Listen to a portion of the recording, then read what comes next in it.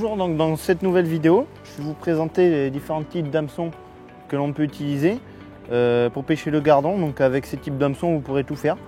Donc pêcher des gardons de petite taille à de grosse taille. Donc moi j'utilise deux petits hameçons différents. Alors vous avez le 34-05 qui est plus fort de fer, forme un peu arrondie, qui est de couleur noire. Donc ça c'est pour des pêches plutôt de gardons, on va dire mordeurs, quand vous les avez bien sur le cou, qui tatillonnent pas trop, vous pouvez vous pêcher avec ça en numéro 20, voire 22 ou 18 s'ils mordent très bien. Donc avec ça vous pourrez sortir des poissons assez vite sans décrocher. Donc ceux-là ils sont assez forts de fer. Et vous avez ceux-là où le poisson est un peu plus difficile, où c'est pas des grosses pêches, c'est pas des poissons à la minute à tirer, c'est des pêches un peu difficiles comme aujourd'hui.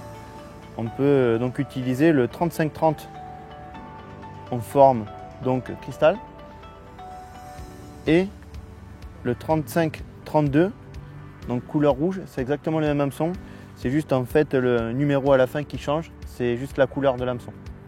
Voilà, ces chances c'est les hameçons rouges.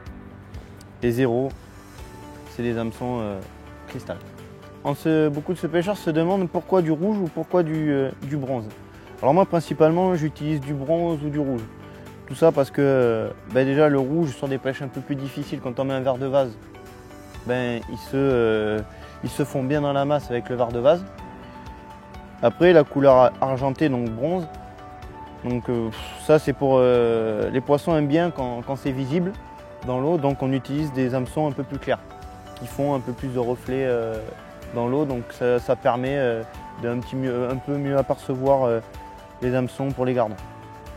Donc en rivière on utiliserait principalement bien sûr un hameçon qui se fond un peu plus avec le fond, parce que c'est des pêches où on a des eaux qui sont un peu claires, donc c'est un petit peu mieux. Des pêches en étang, l'eau est un peu troublée, on utiliserait plutôt cet hameçon.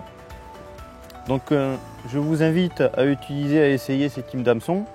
Vous y retrouverez dans toutes vos pêches en étang, en canot ou en rivière.